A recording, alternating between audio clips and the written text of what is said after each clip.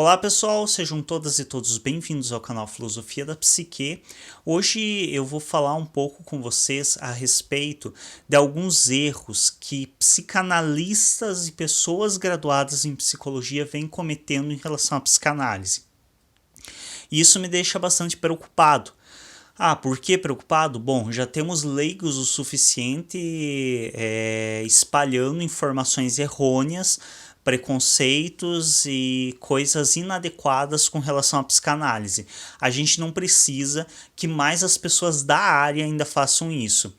E assim, alguns dos erros que eu vou estar comentando, vocês vão perceber que na verdade a maioria, se não todos eles, não são erros muito aceitáveis, porque não é um erro que é possível a pessoa cometê-lo por mísero tropeço, me confundir com uma data, por exemplo, ou me confundir com um conceito, troquei alguma palavra ali. Não, são erros realmente erros teóricos e bem graves, e que são erros que são aceitáveis vindo de um estudante que ainda está iniciando na área, tendo contato, aprendendo um pouco a respeito da área, mas que não são muito aceitáveis quando a gente pensa que o conteúdo, o material foi escrito por uma pessoa muitas vezes já graduada, com muitos materiais que eu peguei, que esperava-se que tivesse um conhecimento muito maior na área, e pior, que foi supervisionada, foi orientada por uma pessoa que muitas vezes está em um nível de mestrado, doutorado, e deixam passar alguns erros que eu realmente não consigo entender como passam. Não estou falando aqui que eu não erro de modo algum. Quem acompanha o nosso trabalho sabe que eu cometo vários erros e que na maioria das vezes eu busco corrigi-los quando me dou conta deles. Eu busco fazer outro material comentando a respeito dos erros que cometi e tentando corrigi-los. Mas assim, alguns desses erros que eu vou estar mencionando são muito grotescos mesmo. São erros assim que minimamente uma leitura de Freud é o suficiente para que você não os cometa.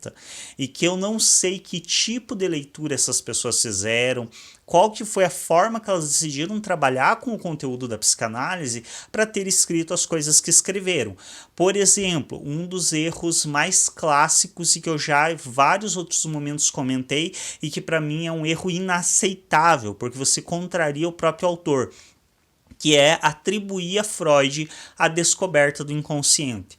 Esse é um erro bastante frequente que eu encontrei em muito material científico, muito artigo aprovado, artigo que passou, e aí também eu questiono toda a competência, a capacidade dessas pessoas, dessas bancas avaliativas ou dessas pessoas que são convidadas para avaliar esses materiais que são publicados nas revistas, que deixam passar uma informação errônea tão simples e que qualquer um que tenha mínimo de leitura em Freud sabe que essa informação está errada, e ainda assim passa e é publicado um material trazendo Freud como o descobridor do inconsciente, contrariando o próprio Freud, que afirma na sua obra algumas lições elementares de psicanálise, que ele não descobriu o inconsciente, que o inconsciente já era conhecido por poetas e por filósofos muito antes dele falar a respeito. O que ele fez foi estabelecer um método didático de estudar, investigar, conhecer e falar a respeito do inconsciente de uma maneira mais estruturada, de uma maneira mais elaborada. Porém, o inconsciente em si não foi ele o responsável por descobrir, não foi ele nem de longe o primeiro a falar sobre o inconsciente. O inconsciente já era dito, já era falado há muito tempo. O que Freud fez foi estabelecer uma forma de estudá-lo e de falar a respeito dele de uma maneira científica, segundo as palavras do Freud. Não vou entrar no mérito de se psicanálise é ciência ou não, já fiz essa discussão em vários outros espaços e já afirmei várias vezes que para mim não há nenhum desmerecimento se ela não for considerada ciência, que por sinal, apesar de que Freud me estrangularia de ouvir eu dizer isso, eu preferiria que ela fosse muito mais pro lado da filosofia do que da ciência, do jeito que a ciência vem cometendo erros e fazendo besteiras. Mas enfim, esse é um dos principais e primeiros erros que eu venho vendo com frequência, infelizmente eu ainda venho encontrando esse erro em artigos muito recentes, em artigos recentemente publicados, e aí, como eu disse, eu questiono muito se essa pessoa não sabe algumas lições elementares de psicanálise, não sabe algo tão básico quanto a questão do inconsciente não ter sido uma descoberta freudiana, talvez ela não devesse estar escrevendo a respeito de psicanálise, porque falta um conhecimento muito primário, muito básico, que é difícil você dar qualquer justificativa. Não é como você trocar uma data que acontece, você falha a memória, você tem um ato falho, acaba pegando em algum conteúdo teu e você se confunde e fala uma outra data, ou troca o nome de uma pessoa e fala o nome de outro autor no lugar. São erros que, mesmo assim, quando passou por uma revisão, passou por uma orientação, passou por uma banca avaliativa ou por pessoas que avaliaram para ser aprovado ou não para publicação, ainda você fica meio assim, qual foi a competência dessas pessoas para fazer esse trabalho? Porém, quando é um erro tão básico e que não tem justificativa como esse, fica um pouco mais difícil, fica mais complicado de você dizer qualquer coisa. Então é um erro bem complicado e que é bem difícil você aceitar. Eu normalmente, quando eu vejo esse tipo de erro num artigo, eu já descarto. Porque realmente, se a pessoa não sabe o básico de psicanálise, fica difícil eu defender que essa pessoa tem alguma competência para escrever a respeito. Porque não é um erro de escrita, é um erro teórico e de uma teoria, uma parte muito básica da teoria. Um outro erro que eu, inclusive, já cometi em algum aspecto, mas cometi também quando estava indo no segundo ano, no início do estudo psicanalítico, e depois fiz um conteúdo corrigindo esse erro, e não foi tão intenso assim, mas o cometi, é de atribuir a Freud casos clínicos que Freud não atendeu.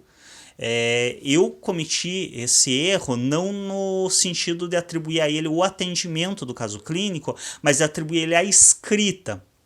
E aí entramos em outro mérito que eu ainda acredito que tenha sido Freud de fato que escreveu o caso Ana O e não Breuer. Apesar de ser Breuer quem atendeu, eu acredito que Freud escreveu e Breuer só endossou. Existem outras pessoas que defendem isso também, que a escrita do caso Ana O é muito a escrita freudiana, é muito a escrita de Sigmund Freud, e que possivelmente Breuer, como professor dele naquele momento, fez, só não, porque também é um trabalho importante, mas fez a orientação e a revisão do texto, porém teria sido ele a escrever, mas não vamos entrar nesse mérito. Oficialmente, o caso Ana O, publicado nas obras freudianas, foi de autoria do Breuer. Isso é o que consta oficialmente. Extraoficialmente, aí são especulações, a gente não tem certeza. Mas oficialmente o caso Ana O foi escrito por Breuer e eu já atribuí a escrita dele a Freud. Foi um dos erros que eu cometi. Agora, eu tenho visto alguns erros muito mais graves, como, por exemplo, atribuir a Freud o atendimento de Schreber. E assim, é um erro grave por quê? Porque qualquer um que tenha lido o caso clínico do Schreber não tem como atribuir a Freud o atendimento, porque o Freud deixa bastante nítido logo no início da descrição do caso clínico, que ele montou a descrição desse caso clínico a partir da leitura que ele fez da biografia do Schreber. Ele nunca atendeu pessoalmente o Schreber. Ele leu a autobiografia do Schreber e, a partir da autobiografia, ele escreveu o caso clínico. Um outro caso clínico que é atribuído com frequência ao Freud, o próprio Ana O, que eu mencionei antes, que eu atribuí a escrita dele. Muitas pessoas atribuem o atendimento do caso Ana O a Freud. É bem complicado, porque também qualquer um que tenha lido o caso Ana O tem nitidamente no caso que foi Breuer a atendê-la e não Freud. Tem sim notícias de que Freud teria atendido a Ana O em outro momento, mas a descrição do caso clínico e tudo que se trabalha em torno desse caso é a partir do atendimento do Breuer e não do atendimento posterior que Freud teria feito com ela. Outro caso clínico que é atribuído ao Freud, o pequeno Hans. Então, o caso de fobia de um menino de 5 anos, que é o caso do pequeno Hans, ou em algumas traduções o pequeno Joãozinho, alguma coisa assim, que colocam que seria um nome análogo ao Hans, que é um nome bastante, digamos, um nome bastante amplo, que não teria uma personificação tão específica, porque é um nome comum, bastante comum. Esse caso clínico desse menino de 5 anos também com frequência é atribuído ao Freud tê-lo atendido. Freud não atendeu o pequeno Hans até onde temos registro. Se atendeu, não está registrado na obra. Ele conversou, discutiu aspectos do caso clínico do pequeno Hans com o pai do pequeno Hans. Então ele discutia com o pai do pequeno Hans a respeito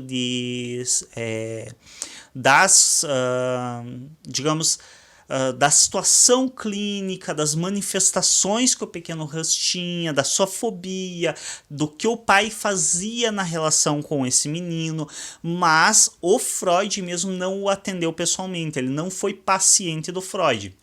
E até onde temos registro, Freud não atendeu criança, assim como não atendeu psicóticos, que é o caso do Schreber.